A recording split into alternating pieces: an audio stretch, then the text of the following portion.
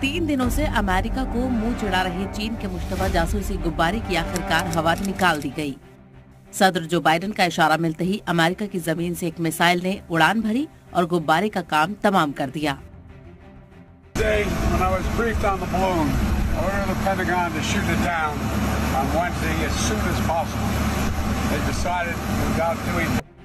दरअसल बाइडेन ने इस गुब्बारे को गिराने का आदेश पहले ही दे दिया था, लेकिन इंतजार इस बात का हो रहा था कि 3 बसों के बराबर आकार का ये गुब्बारा पहले समुद्र के ऊपर आ जाए ताकि इसके मलबे से किसी भी तरह का नुकसान न हो।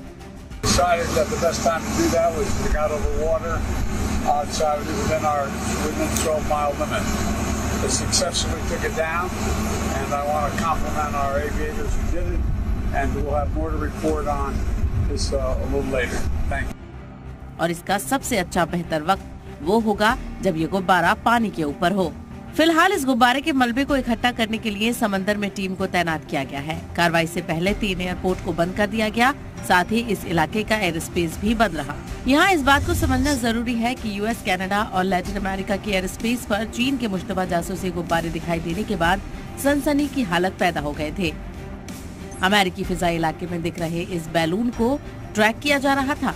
अमेरिकी फौजी तैयारों के जरिए भी इस पर नजर रखी जा रही थी। अमेरिका के लिए ये बड़ा मुद्दा इसलिए भी है क्योंकि जिस मोंटाना इलाके में वो जासूसी बैलून उड़ रहा था, वहाँ पर अमेरिका का एक न्यूक्लियर मिसाइल सेंटर भी है। अमेरिकी फौज को शक था कि वो जासूसी गुब्बारा उन हसास इलाकों की ओर से गुजरेगा और कई जानकारी चीन तक पहुँचाएगा, लेकिन गुब्बारा काफी बड़ा था, लिहाजा मलबा नीचे गिरने का भी डर था। इस वजह से फैसला लेने में देरी हुई।